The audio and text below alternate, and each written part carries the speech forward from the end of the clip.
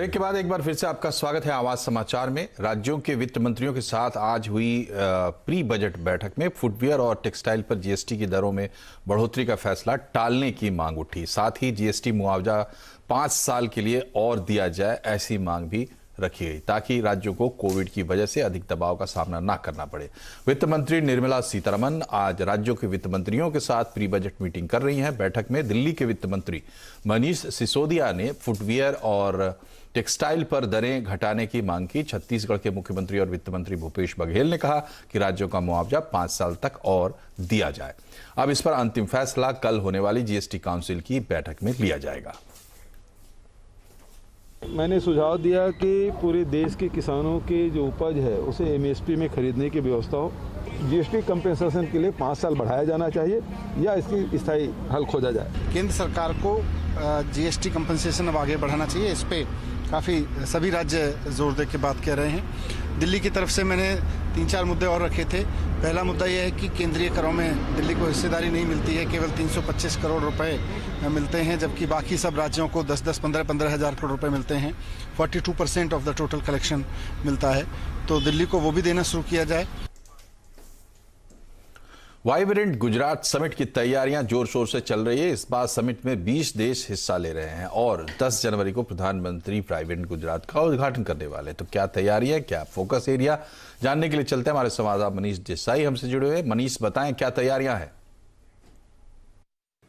बिल्कुल, देखिए इस बार का वाइब्रेंट समिट जो है वो होने वाला है 10 से 12 जनवरी के बीच में, लेकिन जो यूरोपीय कंट्रीज है इनका इंटरेस्ट काफ़ी दिख रहा है। इस बार के वाइब्रेंट समिट में करीब 20 देश है जिन्होंने पार्टनरशिप के लिए रजिस्ट्रेशन करवाया है। सबसे अहम बात यह है कि ये यूरोपीय देश है, जैसे नेदरलैंड है, जर्मनी है, फ्रांस है। इस तरह के कंट्रीज जो यूरोप के कंट्रीज है, पोलैंड जैसे देश भी यहाँ पर पार्टनरशिप के लिए आए हैं। इसके अलावा यूएई पहली बार पार्टनरशिप कर रहा है, जापान तो है ही है।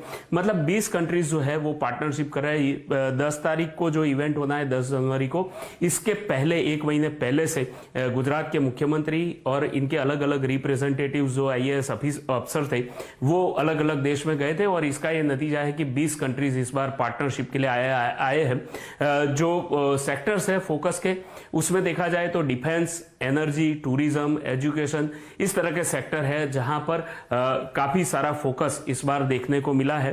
प्री इवेंट कहा जाए तो अब तक 39,000 करोड़ रुपए के एमओयू साइन हो चुके हैं। अलग अलग सेक्टर में ये हो चुके हैं। एग्रो, केमिकल, ये सारे सेक्टर भी इसमें शामिल है। इस बार सबसे अहम बात यह है कि जो संस्थाएं हैं फाइनेंस और बैंक से जुड़ी हुई, जैसे बड़े बैंक है SBI, Punjab national bank, bank of Baroda, इस तरह के बैंक भी यहाँ पर आ रहे हैं, आईसीआईसीआई, एचडीएफसी बैंक। इसके अलावा बीएसई, एनएसई, एमसीएक्स, एनसीडीएक्स जैसे एक्सचेंज भी है। साथ ही साथ सेबी और आरबीआई जैसी संस्था भी यहाँ पर अपना स्टॉल लगाने वाली है वाइब्रेंट समिट में।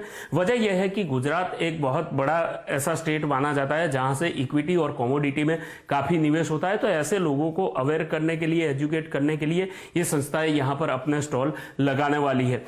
10 तारीख को 10 जनवरी को प्रधानमंत्री इसका उद्घाटन करेंगे। हालांकि इसकी स्पष्टता अभी तक नहीं हो पाई है कि वो वर्चुअल उद्घाटन होगा या वो फिजिकली यहाँ पर रह के करेंगे, लेकिन 10 से 12 के बीच में ये समिट का आयोजन किया गया है। बहुत बहुत शुक्रिया मनीष जी। और 2021 में फिनटेक दुनिया में एक बड़ा ट्रेंड रहा आर्टिफिशियल इंटेलिजेंस आधारित लेंडिंग। पहले की जटिल प्रक्रियाओं के बजाय अब फिनटेक कंपनियां उपभोक्ताओं और कंपनियों को तुरंत कर्ज दे रही है। देखिए एक रिपोर्ट। कर्ज लेना कभी एक लंबी प्रक्रिया हुआ करता था, लेकिन तकनीक ने इसे आसान कर दिया है। आर्टिफिशियल इंटेलिजेंस, मशीन लर्निंग और डेटा साइंस की मदद से अब लेंडिंग की प्रक्रिया सिर्फ कुछ घंटों में हो रही है। लेंडिंग, अंडरराइटिंग, वितरण जैसी सभी प्रक्रियाओं में आर्टिफिशियल इंटेलिजेंस मदद कर रहा है। यही कारण है कि लेंडिंग और लोन मैनेजमेंट से जुड़ी अधिकतर कंपनियां एआई और मशीन लर्निंग से जुड़े एक्सपर्ट्स की भर्ती कर रही हैं। ऐसी ही एक कंपनी है रेकर क्लब, जो कंपनियों को कैपिटल मुहैया कराती है, वो भी बिना किसी डेट या इक्विटी डाइल्यूशन के। कंपनी के फाउंडर्स आईआईटी, आईएम जैसी संस्थाओं से पढ़े हैं और अपनी तकनीकी योग्यता का इस्तेमाल लेंडिंग की प्रक्रिया को आसान बनाने में कर रहे हैं। कंपनीज के फाइनेंशियल्स और सब्सक्रिप्शंस को एपीआई के द्वारा इंटीग्रेट करके हम 48 घंटे के अंदर उनकी रेटिंग निकालकर उनको कैश इन बैंक दिलवा सकते हैं, जिसका मतलब है wrecker club is one of the fastest way to get cash in bank for companies with recurring revenues. Machine learning से ना तो सिर्फ हम गति प्राप्त करते हैं, बल्कि data transparency, predictive data modelling and monitoring of the financials of the organisation भी कर पाते हैं। एपीआई के द्वारा कलेक्टेड उनके डेटा के ऊपर हम मशीन लर्निंग के द्वारा डेटा ट्रांसफॉर्म करते हैं, अपने फाइनेंशियल मॉडल्स में फिट करके उनका डेटा के ऊपर क्रेडिट रेटिंग निकाल पाते हैं। कंपनियों के लिए ऑनबोर्डिंग प्रक्रिया सिर्फ कुछ मिनटों में पूरी कर ली जाती है। केवाईसी, वित्तीय जानकारियां और रिकरिंग रेवेन्यू जैसी जानकारियां देते ही सिस्टम कंपनी की वित्तीय सेहत का आकलन कर लेता है। मशीन लर्निंग आधारित रेटिंग इंजन तुरंत कंपनी के एनुअल रिकरिंग रेवेन्यू के आधार पर उसकी फाइनेंशियल सीमा का आकलन करती है, यानी कंपनियां सिर्फ एक क्लिक से कैपिटल ले सकती है। एआई बिना क्रेडिट हिस्ट्री वाले क्लाइंट्स की भी क्रेडिट योग्यता को पहचानने में मदद करती है। 2021 में एआई और ब्लॉकचेन आधारित लेंडिंग प्लेटफॉर्म्स में जबरदस्त बढ़ोतरी देखी गई है। अनुमान के मुताबिक ये ट्रेंड आने वाले दिनों में और बढ़ेगा। रोहन सिंह, दिल्ली। और इसी के साथ बुलेटिन में फिलहाल इतना ही, लेकिन खबरों पर अपडेट रहिए, जुड़े रहिए CNBC आवाज से ट्विटर, फेसबुक और YouTube के जरिए। अपना ख्याल रखिए। नमस्कार।